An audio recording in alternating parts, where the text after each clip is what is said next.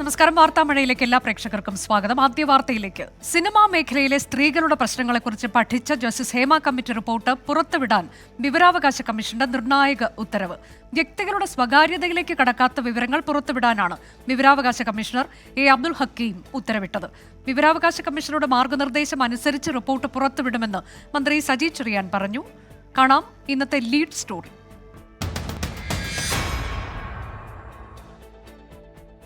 Hema commission റിപ്പോർട്ടിൽ ഒടുവിൽ വെളിച്ചം വീഴുന്നു.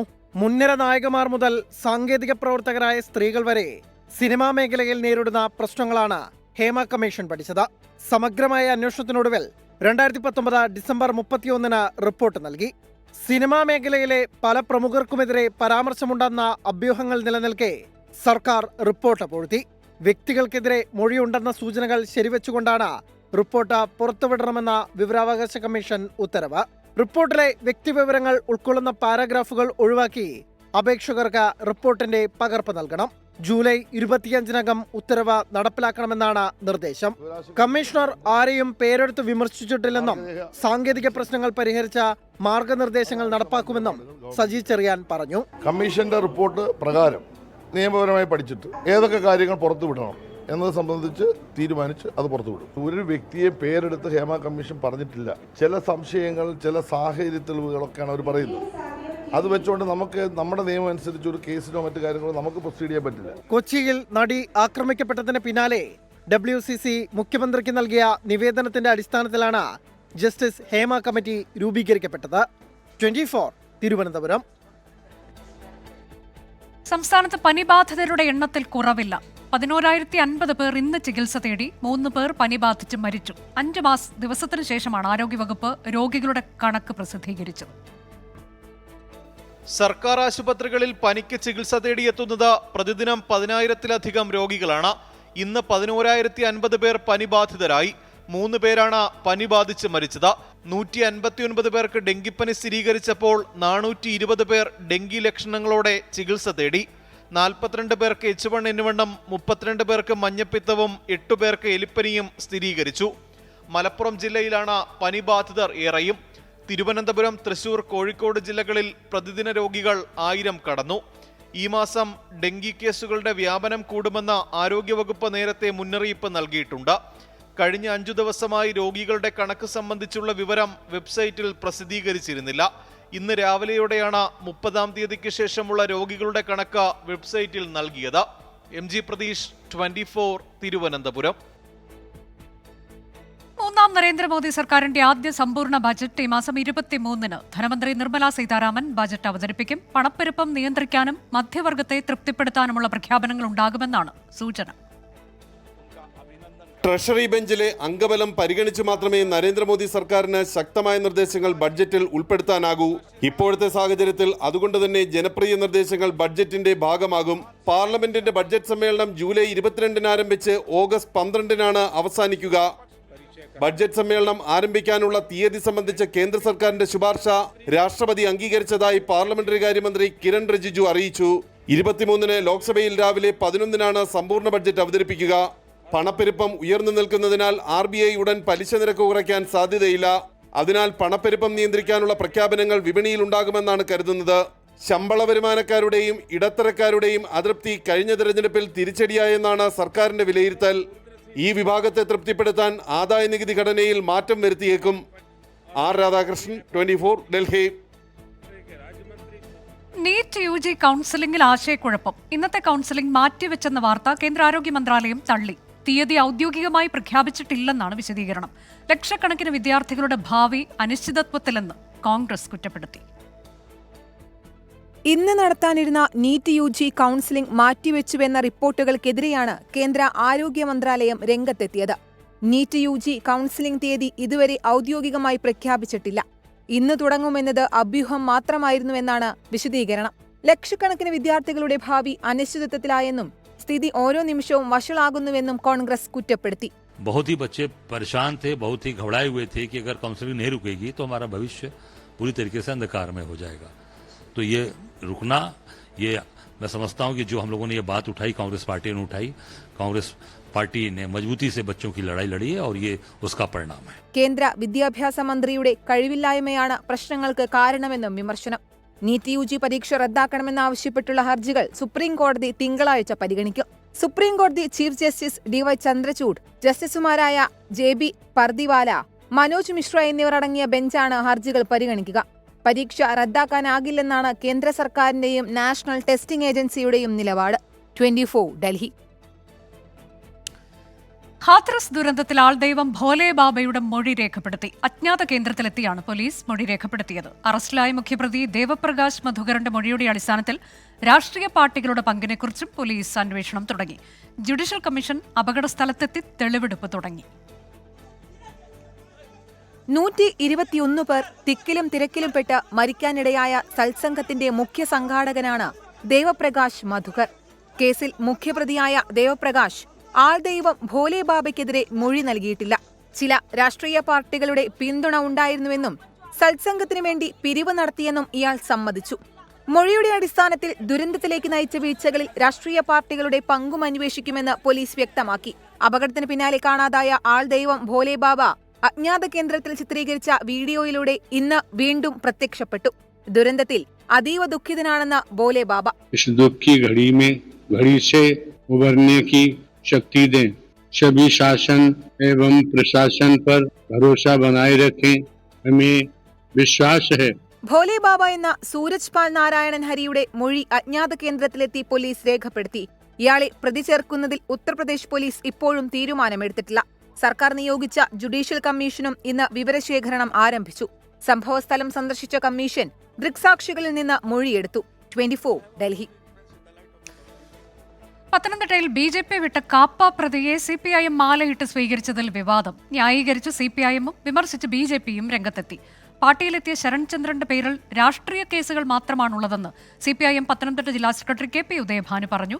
ക്രിമിനലുകളെയാണ് CPIM സ്വീകരിച്ചതെന്ന് BJP സംസ്ഥാന അധ്യക്ഷൻ K സുരേന്ദ്രൻ പ്രതികരിച്ചു.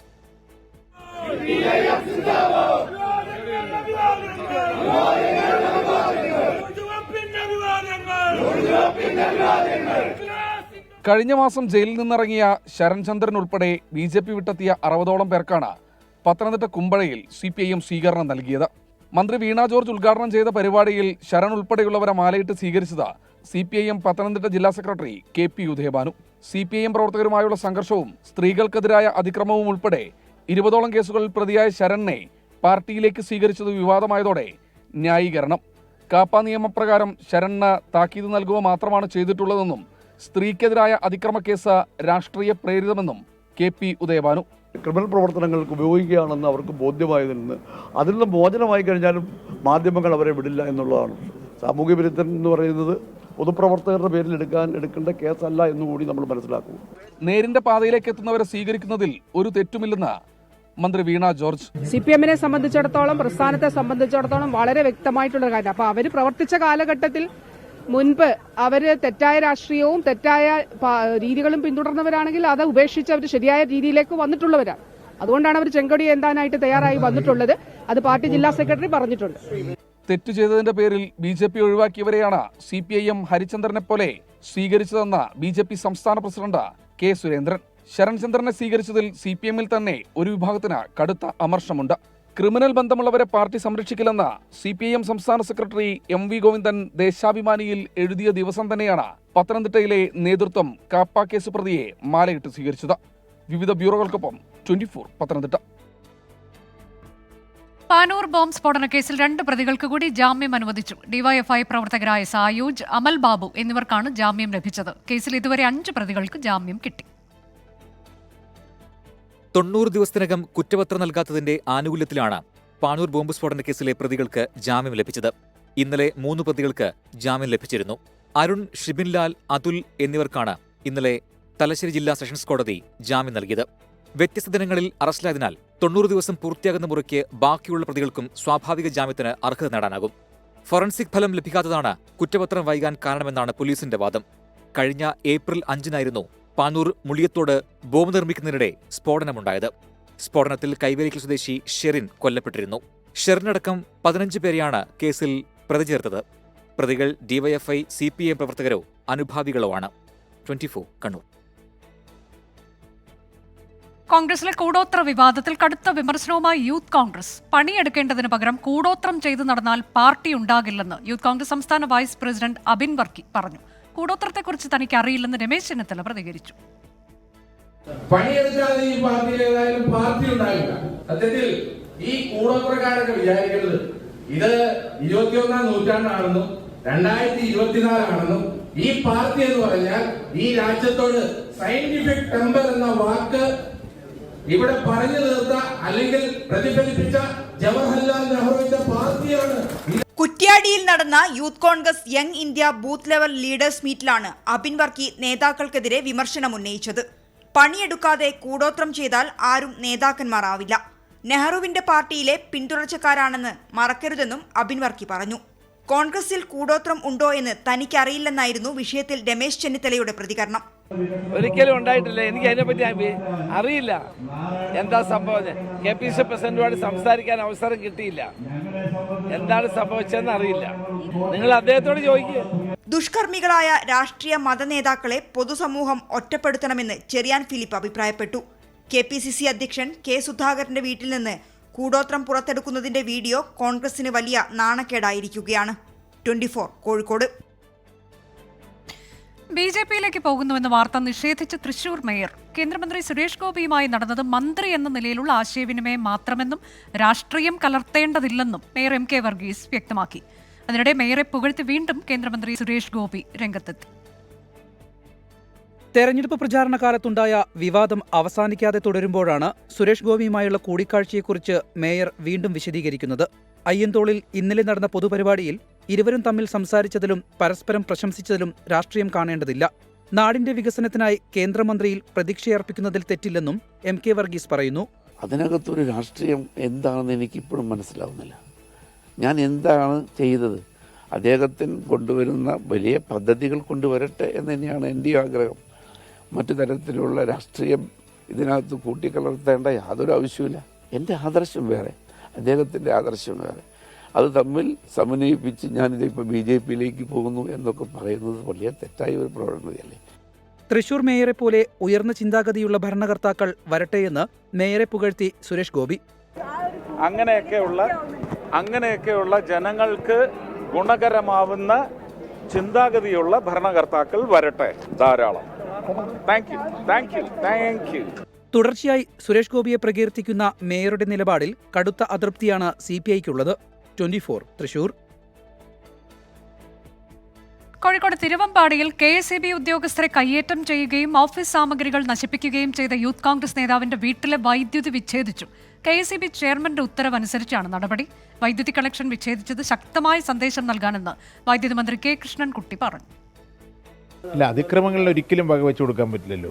അതിക്രമങ്ങൾ ചെയർമാൻ ശക്തമായ നടപടി എടുത്തിട്ടുണ്ട്. അത് അന്വേഷിച്ചിട്ട് എന്തെങ്കിലും ആക്ഷേപം ഉണ്ടെങ്കിൽ പരിഹരിക്കാം. അങ്ങനെ കുറേ ആളുകൾ അടയ്ക്കാതിരുന്നാൽ നമുക്ക് എന്ത് ചെയ്യാൻ പറ്റും? അപ്പോൾ അതിൻ്റെ ഒരു നിയമവശമായിട്ട് ഇത്ര ദിവസം കഴിഞ്ഞാൽ വിച്ഛേദിക്കുന്നുണ്ട്. അതുപോലെ ചെയ്തു എന്നേ ഉള്ളൂ. കണക്ഷൻ കൊടുത്തിട്ടും ഒരു ധിക്കാരപരമായ ഒരു നിലപാടല്ലേ എടുത്തത്. അങ്ങനെയാണെങ്കിൽ ജീവനക്കാർക്ക് നാട്ടിലിറങ്ങാൻ പറ്റാത്തൊരു സ്ഥിതി വരില്ലേ? അവർക്ക് ഡ്യൂട്ടി ചെയ്യാനേ പറ്റാത്തൊരു സ്ഥിതി വരാൻ പാടില്ല. അതൊരിക്കലും വരാൻ പാടില്ല. ഒക്കെ അനുമതി കൊടുക്കാൻ പാടില്ലല്ലോ. വൈദ്യുതി കണക്ഷൻ വിച്ഛേദിച്ചതിനെതിരെ തിരുവമ്പാടി KSEB ഓഫീസിന് മുന്നിൽ യൂത്ത് കോൺഗ്രസ് നേതാവിന്റെ ബന്ധുക്കൾ മെഴുകുതിരി കത്തിച്ച് പ്രതിഷേധിച്ചു. കറണ്ട് കിട്ടണം, ഞങ്ങൾക്ക് അങ്ങോട്ട് പോയിട്ട് കാര്യമില്ല. അവിടെ ലൈറ്റും വെള്ളമൊന്നുമില്ല. ഒരുപാട് പ്രയാസത്തില്ല. ബാത്റൂമിലൊക്കെ പോകാൻ ഭയങ്കര ബുദ്ധിമുട്ടാണ്. വെള്ളം അടിച്ചിട്ട് ഒന്നുമില്ലാതെ ഇരിക്കുകയാണ്. ഞങ്ങൾ ലൈറ്റ് ഞങ്ങൾക്ക് കറണ്ട് ഞങ്ങൾക്ക് തിരിച്ചു കിട്ടണം. ഞങ്ങൾ പൈസ അടക്കാണ്ട്, ഇനി ആ പൈസ ഞങ്ങൾ അടച്ചിട്ടുണ്ട്. രാഹുൽ സുരേഷ് വിവരങ്ങളുമായി. രാഹുൽ, വൈദ്യുതി കുടിശ്ശിക വരുത്തിയതിനെ തുടർന്നാണ് കണക്ഷൻ വിച്ഛേദിച്ചത്. തുടർന്നിവർ അടുത്ത ദിവസം പൈസ അടച്ചു എന്ന് പറയുന്നു. ഇതുവരെയും കണക്ഷൻ പുനഃസ്ഥാപിച്ച് നൽകിയിട്ടില്ല എന്നുള്ളതാണോ ഇവരുടെ പരാതി? മറ്റൊന്ന്, ഈ ഉദ്യോഗസ്ഥർക്ക് നേരെ അതിക്രമം കാണിക്കുക, ഓഫീസിൽ കയറി അതിക്രമം കാണിക്കുക എന്നൊക്കെയുള്ളത് ഗുരുതരമായ കുറ്റമാണതിൽ പോലീസ് നടപടി എടുത്തിട്ടുമുണ്ട്. ഇപ്പോൾ ബന്ധുക്കളുടെ ആവശ്യം എന്താണ്? അനുജ, വ്യാഴാഴ്ചയാണ് ഈ സംഭവങ്ങളുടെ തുടക്കം. കറണ്ട് ബില്ല് അടയ്ക്കാത്തതിനെ തുടർന്നാണ് അജ്മലിന്റെ വീട്ടിലെ വൈദ്യുതി ബന്ധം വ്യാഴാഴ്ച വിച്ഛേദിച്ചത്. തുടർന്ന് ഈ വൈദ്യുതി ബില്ല് അടച്ചതോടെ വെള്ളിയാഴ്ച വൈദ്യുതി ബന്ധം പുനഃസ്ഥാപിക്കുകയും ചെയ്തിരുന്നു. ഇതിനിടയിലാണ് അജ്മല് വെള്ളിയാഴ്ച KSEB ഉദ്യോഗസ്ഥരെ ആക്രമിക്കാൻ ശ്രമിച്ചു എന്നാരോപിച്ച് പരാതി നൽകുന്നത്. ഇതിന്റെ പ്രതികാരമായിട്ടാണ് ഇന്ന് രാവിലെ തിരുവമ്പാടി KSEB ഓഫീസിലെത്തി അജ്മലും അജ്മലിന്റെ സഹോദരനും ഉൾപ്പെടെ ഈ ഉദ്യോഗസ്ഥരെ ആക്രമിക്കുന്നത്. ഇതിന് പിന്നാലെയാണ് ഇന്ന് വൈകിട്ട് വീണ്ടും ഈ അജ്മലിന്റെ പിതാവിന്റെ പേരിലുള്ള വൈദ്യുതി കണക്ഷൻ വിച്ഛേദിച്ചിരിക്കുന്നത്. ഇതിന്റെ പേരിലാണ് ഇപ്പോൾ മാതാപിതാക്കൾ തിരുവമ്പാടി KSEB ഓഫീസിന് മുന്നിൽ പ്രതിഷേധിക്കുന്നത്.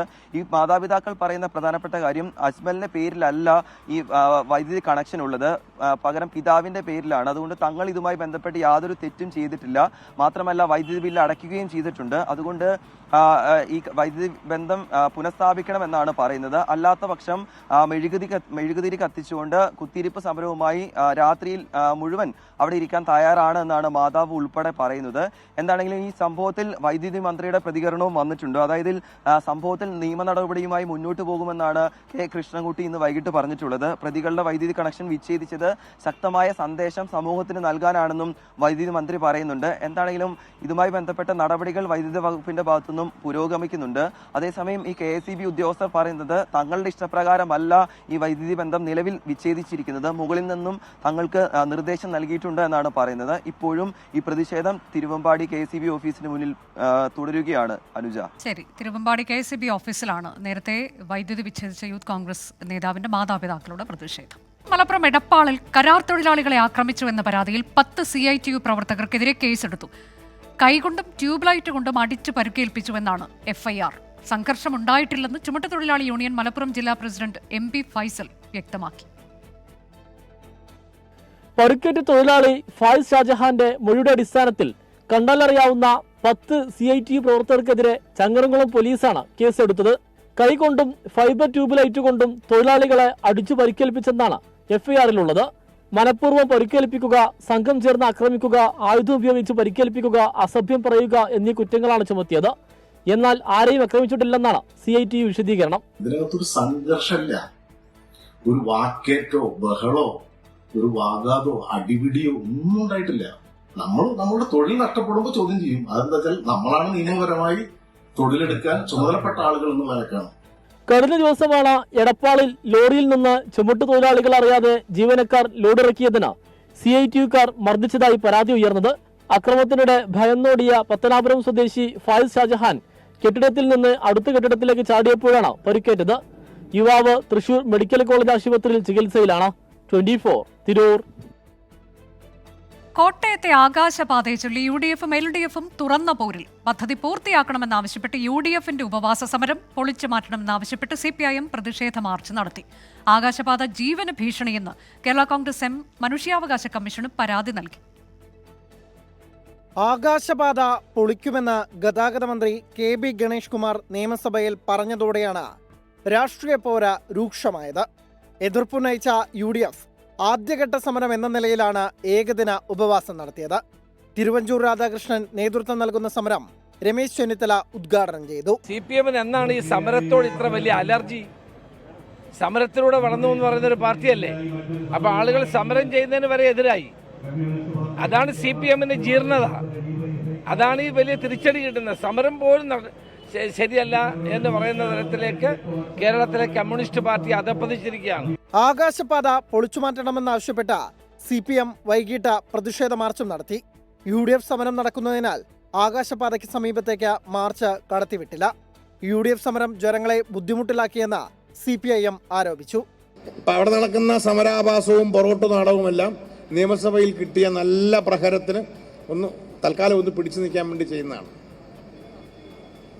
കേരളത്തിലെ പ്രതിപക്ഷ MLA-മാരുടെ മണ്ഡലങ്ങളിൽ എവിടെയെങ്കിലും ഏതെങ്കിലും പ്രതിപക്ഷ MLA-ക്ക് ഈ സർക്കാർ അവിടുത്തെ വികസന പ്രവർത്തനങ്ങളെ തടസ്സപ്പെടുത്തുന്ന അഭിപ്രായമുണ്ടോ?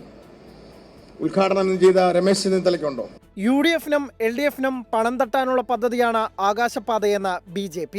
കക്കുന്ന കാര്യത്തിൽ കോൺഗ്രസും CPM-ഉം തമ്മിൽ ഒരു ആകാശത്തും ഭൂമിയിലും പാതാളത്തിലും ഒക്കെ കക്ക് എന്നുള്ളതാണ്. അത് തിരുവഞ്ചൂർ രാധാകൃഷ്ണനായാലും വാസവനായാലും എല്ലാവരും ചെയ്തുകൊണ്ടിരിക്കുന്നു. കേരളം കടുത്ത പ്രതിസന്ധിയിലാണെന്നൊക്കെ പറയും, പക്ഷെ കിട്ടിയ പദ്ധതി എല്ലാം കട്ടുമുടിക്കുകയാണ്. ആകാശപാത വിഷയത്തിൽ അടിയന്തര ഇടപെടൽ ആവശ്യപ്പെട്ട കേരള കോൺഗ്രസും മനുഷ്യാവകാശ കമ്മീഷന് പരാതി നൽകി. MLA തിരുവഞ്ചൂർ രാധാകൃഷ്ണനെയും കോട്ടയം നഗരസഭാ സെക്രട്ടറിയെയും എതിർകക്ഷിയാക്കിയാണ് പരാതി. സമരങ്ങൾ ഇങ്ങനെ പൊടി പൊടിക്കുമ്പോൾ ആകാശപാത പൊളിക്കുമോ പണിയുമോ എന്ന് ഉറ്റുനോക്കുകയാണ് കോട്ടയത്തുള്ളവർ. ക്യാമറ പേഴ്സൺ അരുൺ നീണ്ടൂറിനൊപ്പം ടോബി ജോൺസൺ, 24. പ്രസംഗങ്ങളിൽ വിവാദം മന്ത്രി സജി ചെറിയാന് പുതുമയല്ല. പക്ഷേ ഇന്ന് ആലപ്പുഴയിൽ മന്ത്രിയുടെ പ്രസംഗത്തിനിടെ കൂവലുണ്ടായി. മന്ത്രി നേരിട്ട് പറഞ്ഞിട്ടും കൂവൽ തുടർന്നതോടെ LDF പ്രവർത്തകരും പോലീസും രക്ഷാപ്രവർത്തനം നടത്തിയാണ് കൂവിയാളെ ഹാളിന് പുറത്തെത്തിച്ചത്. ആലപ്പുഴയിൽ SSLC +2 ജയിച്ച വിദ്യാർത്ഥികളെ അനുമോദിക്കുന്ന വേദി. മന്ത്രി സജി ചെറിയാൻ പ്രസംഗം തുടങ്ങി. SSLC പാസ്സായവരെ പറ്റിയുള്ള സജി ചെറിയാന്റെ അഭിപ്രായത്തിന് ശേഷം ഇനി എന്ത്? വേദിയും സദസ്സും കാത്തിരുന്നു. മന്ത്രി പ്രസംഗിക്കുകയാണ്. മത്സ്യത്തൊഴിലാളികളുടെ വിദ്യാഭ്യാസത്തിനായി നടപ്പാക്കിയ പദ്ധതികൾ വിശദീകരിച്ചു. ഇന്ന് കേരളത്തിലെ മത്സ്യത്തൊഴിലാളി കുഞ്ഞുങ്ങൾ എവിടെ വരെ പഠിക്കണമെങ്കിലും ഈ ഗവൺമെന്റ്, പിണറായി വിജയൻ ഗവൺമെന്റിനെ പറ്റി വിമർശനമൊക്കെ പറയാം. അങ്ങനെയാണ് ഇങ്ങനെയാണെന്നൊക്കെ ഒരുപാട് പേര് പറയുന്നുണ്ടല്ലോ. ഒറ്റ കാര്യം മാത്രമേ ഞാൻ ചോദിക്കാം, ഒറ്റ കാര്യം. ഇന്ന് കേരളത്തിലെ മത്സ്യത്തൊഴിലാളി കുഞ്ഞുങ്ങൾ, കേരളത്തിലെ പട്ടികജാതി വിഭാഗത്തിൽപ്പെടുന്ന കുഞ്ഞുങ്ങൾ എവിടെ വരെ പഠിക്കണമോ, വിദേശ രാജ്യങ്ങളിലടക്കം പഠിക്കണോ, സൗജന്യമായി പഠിപ്പിക്കുന്ന ഇന്ത്യയിലെ ഏക സ്റ്റേറ്റ് ഈ കേരളമാണെന്ന അഭിമാനത്തോടെ തന്നെ പറയാൻ ഞാൻ ആഗ്രഹിക്കുക. പതിവിൽ നിന്ന് വിപരീതമായി സദസ്സിൽ നിന്നൊരു കൂവൽ. 7 വർഷം കൊണ്ട് 86 ഡോക്ടർമാരെ സൃഷ്ടിച്ച ഒരു ഗവൺമെന്റാണ് കേരളത്തിലെ പിണറായി വിജയൻ ഗവൺമെന്റ് എന്ന അഭിമാനത്തോടെ പറയാൻ ഞാൻ ആഗ്രഹിക്കുന്നു. ഈ വർഷം നമ്മൾ അത് വേറെ സോങ്ങാണ്. സജി ചെറിയാൻ നേരിട്ട് പറഞ്ഞിട്ടും കൂവിയ ആൾക്ക് കൂസലില്ല. തീരദേശ മേഖലയെ ഏറ്റവും കൂടുതൽ പരിഗണിച്ച സർക്കാർ എന്ന് മന്ത്രി പറഞ്ഞപ്പോൾ ദേ വീണ്ടും. ഞാനൊരു കാര്യം പറയാം, തീരദേശ സ്കൂളുകൾ നിങ്ങൾ നോക്കൂ, നിങ്ങളുടെ സ്കൂളുകളെല്ലാം മികച്ച നിലവാരത്തിലേക്ക് എത്തി. എല്ലാ സ്കൂളും മീറ്റിംഗ് കേട്ടോ. താമസിച്ചില്ല. പ്രസംഗം കേൾക്കുന്ന LDF പ്രവർത്തകർ രക്ഷാപ്രവർത്തനത്തിനിറങ്ങി. കൂവിയ ആളെ ഹാളിൽ ബലമായി പുറത്തിറക്കി.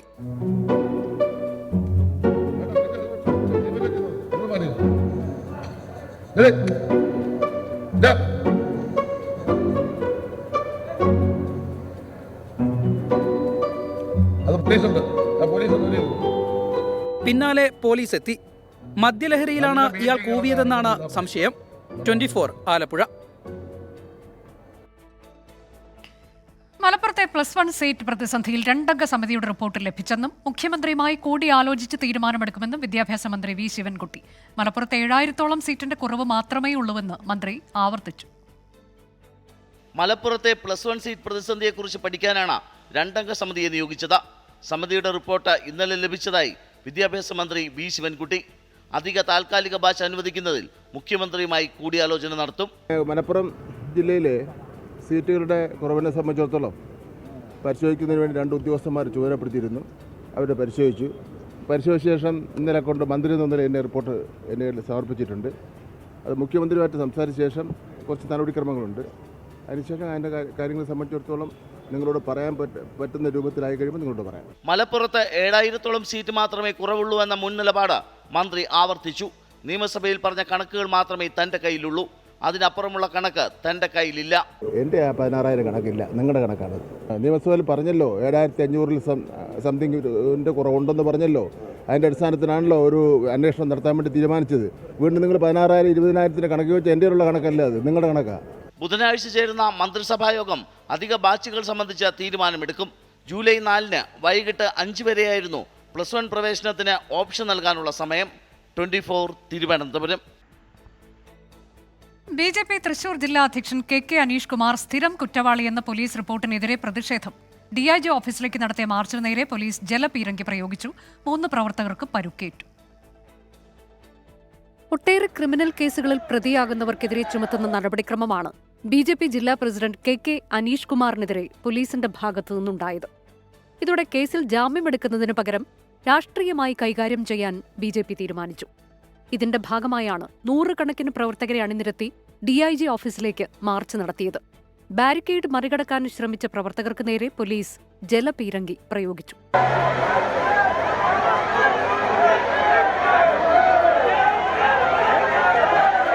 സുരേഷ് ഗോപിയുടെ തൃശൂരിലെ വിജയം അംഗീകരിക്കാൻ കഴിയാത്തതിനാലാണ് CPIM പോലീസിനെ ഉപയോഗിച്ച് അനീഷ് കുമാറിനെ കേസിൽ കുടുക്കിയതെന്ന് മാർച്ച് ഉദ്ഘാടനം ചെയ്ത MT രമേശ് പറഞ്ഞു. തൃശൂർ ജില്ലയിൽ ഞങ്ങൾ ജയിച്ചതാണോ വേവലാതിപ്പെടുന്നത്? തൃശൂർ ജില്ലയിൽ ജയിച്ചതാണെങ്കിൽ ഒരു കാര്യം കൂടി ഞാൻ പറയാം നിങ്ങളോട്. KK അനീഷ് കുമാർ BJPയുടെ ജില്ലാ പ്രസിഡന്റായി ഇവിടെ തന്നെ ഉണ്ടാകും. അദ്ദേഹത്തിന്റെ നേതൃത്വത്തിൽ തൃശൂർ കോർപ്പറേഷൻ നമ്മൾ പിടിക്കും. ഈ തൃശൂരിലെ 13 അസംബ്ലി മണ്ഡലങ്ങൾ പിടിക്കും. പൊതുപ്രവർത്തകർക്കെതിരെ സാധാരണ ചുമത്താറില്ലാത്ത വകുപ്പുകൾ പ്രകാരം കേസെടുത്ത പോലീസ് നടപടി രാഷ്ട്രീയ ചർച്ചയാക്കാനാണ് BJPയുടെ തീരുമാനം. 24 തൃശൂർ. ജമ്മുകശ്മീരിൽ വീണ്ടും ഏറ്റുമുട്ടൽ. കുൽഗാമിൽ സൈനികന് വീരമൃത്യു. രഹസ്യ വിവരത്തിന്റെ അടിസ്ഥാനത്തിൽ തെരച്ചിൽ നടത്തുകയായിരുന്ന സൈന്യത്തിന് നേരെ ഭീകരർ വെടിയുതിർക്കുകയായിരുന്നു. 3 ഭീകരർ മേഖലയിലുണ്ടെന്നാണ് വിവരം. സൈന്യം തെരച്ചിൽ തുടരുകയാണ്. ജവാന്റെ വീരമൃത്യുവിൽ പ്രതിരോധ മന്ത്രി രാജ്നാഥ് സിംഗ് അനുശോചനം അറിയിച്ചു.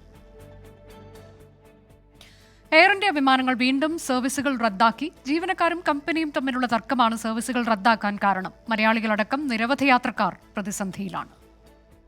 ഇപ്പോൾ ഉള്ളത് ഞാൻ കൊൽക്കത്ത എയർപോർട്ടിലാണ്. എയർ ഇന്ത്യ എക്സ്പ്രസിൻ്റെ ഓഫീസിനകത്താണുള്ളത്.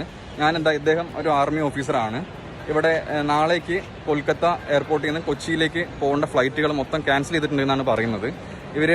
നമ്മളിവിടെ എയർപോർട്ടിൽ വന്ന് ഇവരുടെ അടുത്ത് ചോദിക്കുമ്പോൾ ഇവർ നല്ല രീതിക്കുള്ളൊരു മറുപടിയോ ഒന്നും നമുക്ക് തരുന്നില്ല. ഇവർ പറയുന്നത് എന്താണെന്ന് വെച്ച് കഴിഞ്ഞാൽ എല്ലാ ഫ്ലൈറ്റും ക്യാൻസലാണ്. ഇവരുടെ ക്രൂവും മാനേജ്മെൻറ്റും പൈലറ്റ്സൊക്കെ തമ്മിലുള്ള എന്തൊക്കെയോ സ്ട്രൈക്ക് കാര്യങ്ങളൊക്കെ എന്നാണ് പറയുന്നത്. നമുക്ക് 2 ഓപ്ഷനാണ് തന്നിട്ടുള്ളത്. ഒന്നില്ലെങ്കിൽ 7 ദിവസത്തിനകം റീഫണ്ട്, അതല്ല എന്നുണ്ടെങ്കിൽ നമുക്ക് റീഷെഡ്യൂളിംഗ് എന്നാണ് പറയുന്നത്. ഈ റീഷെഡ്യൂളിംഗ് എന്ന് പറയുമ്പോൾ ഇപ്പോൾ 7-ാം തീയതിയിലെ ഫ്ലൈറ്റ് 8-ാം തീയതിക്കോ 9-ാം തീയതിക്ക് ചോദിക്കുമ്പോൾ ഇവർക്ക് അവൈലബിൾ അല്ല എന്നാണ് ഇപ്പോൾ ഇവർ നമുക്ക് തന്നിട്ടുള്ളൊരു ഇൻഫർമേഷൻ. അതേസമയം തന്നെ ഇപ്പോൾ നമ്മൾ നാളേക്കോ മറ്റന്നേക്കോ മറ്റൊരു ഫ്ലൈറ്റിനെ ഡിപ്പെൻഡ് ചെയ്യാന്നുണ്ടെങ്കിൽ ആ ഫ്ലൈറ്റ് 14,000 15,000 എന്നുള്ള രീതിക്കാണ് റേറ്റ് പോയിട്ടുള്ളത്.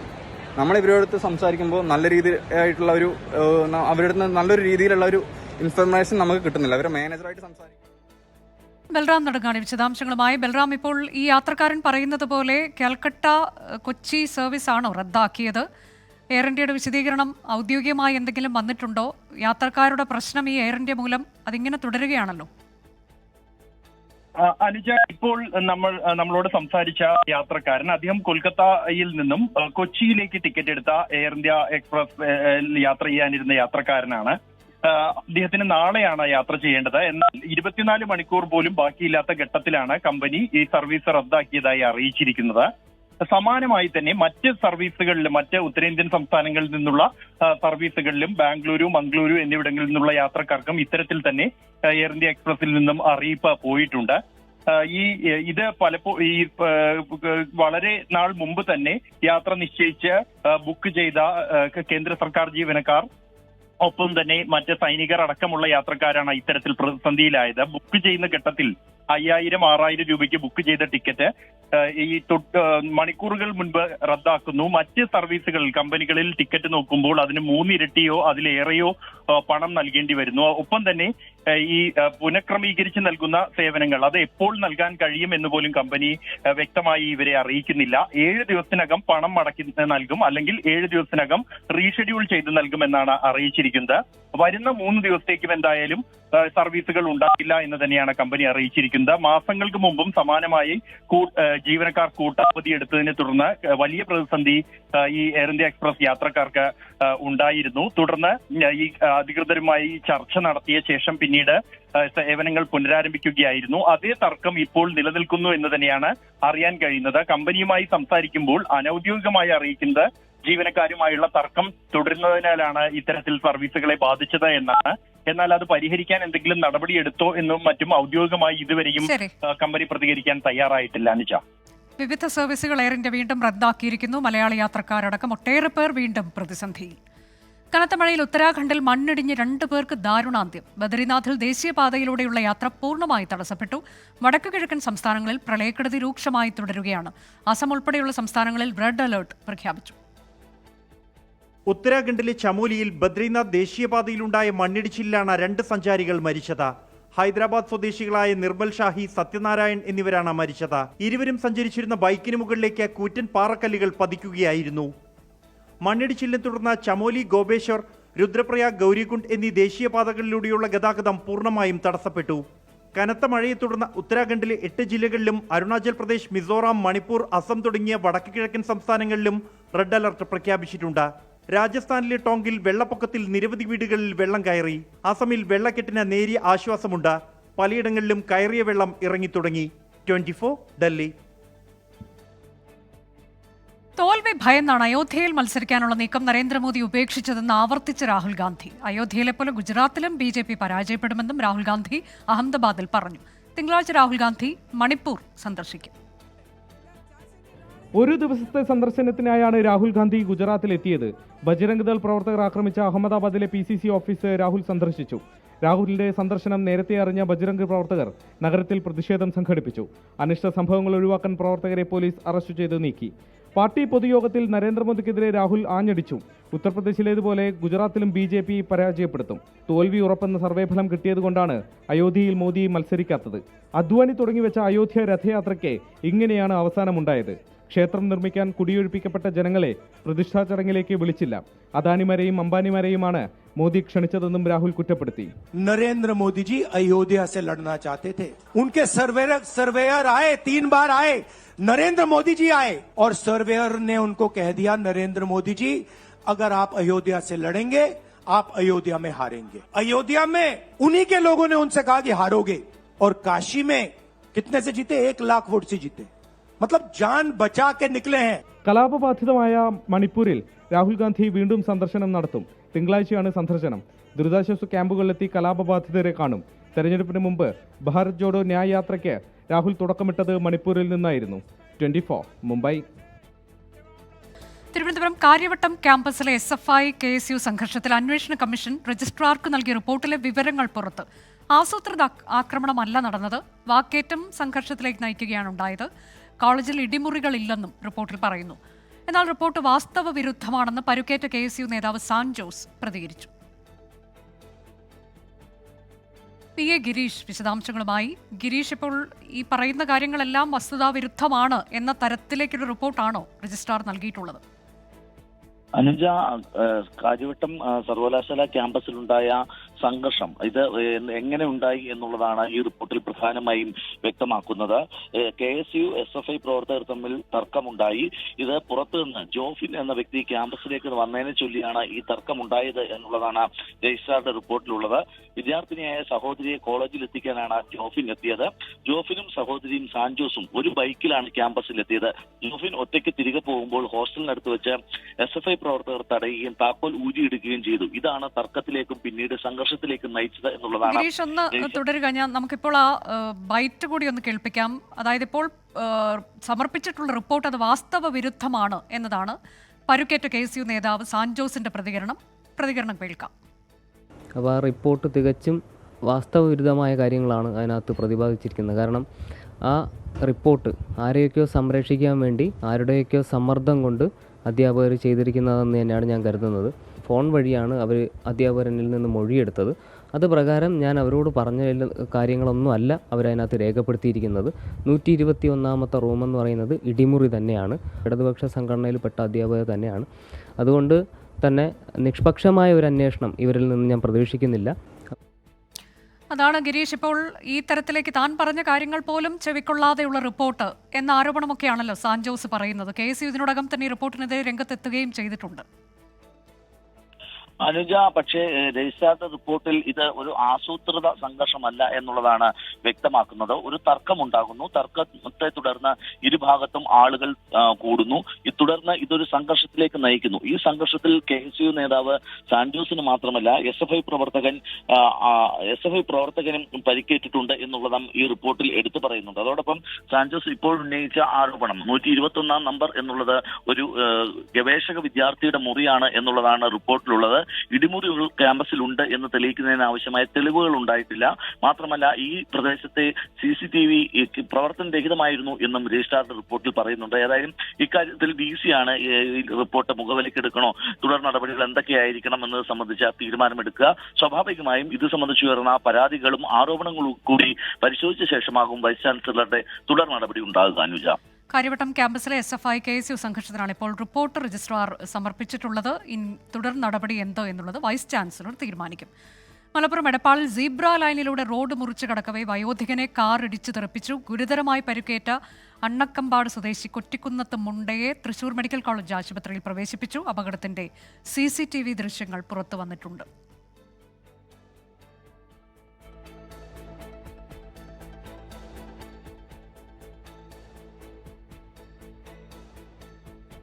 വിവരങ്ങളുമായി സമീർ. ഈ സീബ്ര ലൈനിലൂടെ ക്രോസ് ചെയ്യുമ്പോൾ വാഹനം ഇടിച്ചു തെറിപ്പിക്കുന്നു എന്നുള്ളത് നമ്മുടെ നാട്ടിലൊരു പുതിയ സംഭവമല്ല. ഇവിടെ സംഭവിച്ചത് എന്താണ്?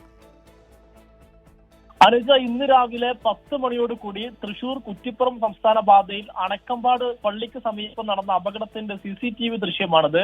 സീബ്ര ലൈനിലൂടെ അണക്കമ്പാട് സ്വദേശി കൊച്ചിക്കുന്നത്ത് മുണ്ട റോഡ് മുറിച്ചു കടക്കുകയായിരുന്നു. അങ്ങനെ അദ്ദേഹം വളരെ സസൂക്ഷ്മം വാഹനം വരുന്നുണ്ടോ എന്നൊക്കെ തന്നെ നോക്കി പാതി വരെ എത്തുന്ന സമയത്താണ് അമിത വേഗതയിലെത്തിയ കാർ ഈ മുണ്ടയെ ഇടിച്ചു തെറിപ്പിച്ചിരിക്കുന്നത്. ഇടിയുടെ ആഘാതത്തിൽ മുണ്ട തെറിച്ചു വീഴുന്നത് നമുക്ക് ദൃശ്യങ്ങളിൽ തന്നെ കാണാവുന്നതാണ്. അപകടത്തിൽ ഗുരുതരമായി പരിക്കേറ്റ മുണ്ടയെ ആദ്യം എടപ്പാളിലെ സ്വകാര്യ ആശുപത്രിയിലും പിന്നീട് തൃശൂരിലെ മെഡിക്കൽ കോളേജ് ആശുപത്രിയിലേക്കും മാറ്റിയിരിക്കുകയാണ്. പൊന്നാനി പോലീസ് സംഭവ സ്ഥലത്തെത്തി നടപടികളെല്ലാം തന്നെ സ്വീകരിച്ചു വരികയാണ്. ഏതായാലും സീബ്ര ലൈനിലൂടെ ക്രോസ് ചെയ്യുമ്പോൾ അമിത വേഗതയിലെത്തിയ കാറാണ് ഇത്തരത്തിൽ ഇടിച്ചു തെറിപ്പിച്ചിരിക്കുന്നത്. ഈ കാർ പിടികൂടാൻ കഴിഞ്ഞിട്ടുണ്ടോ? ഇദ്ദേഹത്തിന്റെ ആരോഗ്യനില എങ്ങനെയുണ്ട്? നിലവിൽ അദ്ദേഹം ഈ അപകടനില തരണം ചെയ്തു എന്നുള്ളതാണ് നമുക്ക് മനസ്സിലാക്കാനായിട്ട് സാധിക്കുന്നത്. നിലവിൽ ഇടിച്ച ഉടനെ തന്നെ കാർ അവിടെ സൈഡാക്കുകയും അവരും കൂടെ ആ കാറിലുണ്ടായിരുന്നവർ കൂടെ ചേർന്നാണ് നിലവിൽ ആശുപത്രിയിലേക്ക് മാറ്റിയിരിക്കുന്നത്. സംഭവവുമായി ബന്ധപ്പെട്ട് പോലീസും അന്വേഷിക്കുന്നുണ്ട്. മലപ്പുറം എടപ്പാളിലാണ് സീബ്ര ലൈനിലൂടെ ക്രോസ് ചെയ്ത വയോധികനെ കാർ ഇടിച്ചു തെറിപ്പിച്ചത്. വൈദ്യുതി കണക്ഷൻ വിച്ഛേദിച്ചതിനെതിരെ തിരുവമ്പാടി KCB ഓഫീസിന് മുന്നിൽ പ്രതിഷേധിച്ച യൂത്ത് കോൺഗ്രസ് നേതാവിന്റെ പിതാവ് റസാഖ് കുഴഞ്ഞു വീണു.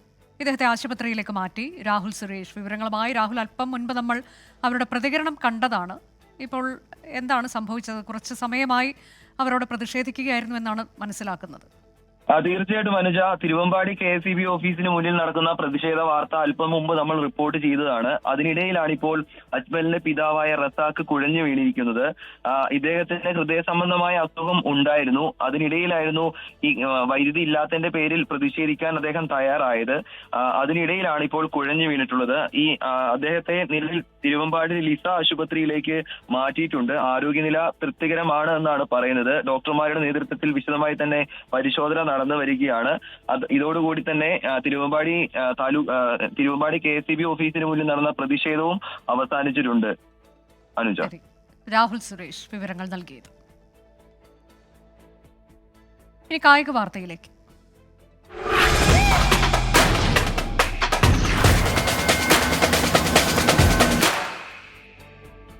ഹരാരെ 2020-ൽ ഇന്ത്യക്ക് ഞെട്ടിക്കുന്ന തോൽവി. 13 റൺസിനാണ് സിംബാബ്വെ ലോക ചാമ്പ്യന്മാരെ അട്ടിമറിച്ചത്. 116 റൺസ് വിജയലക്ഷ്യം പിന്തുടർന്ന ഇന്ത്യ 102 റൺസിന് ഓൾ ഔട്ടായി. സ്പോർട്സ് ഡെസ്കിൽ നിന്ന് അനിൽ വാസുദേവ് വിവരങ്ങളുമായി.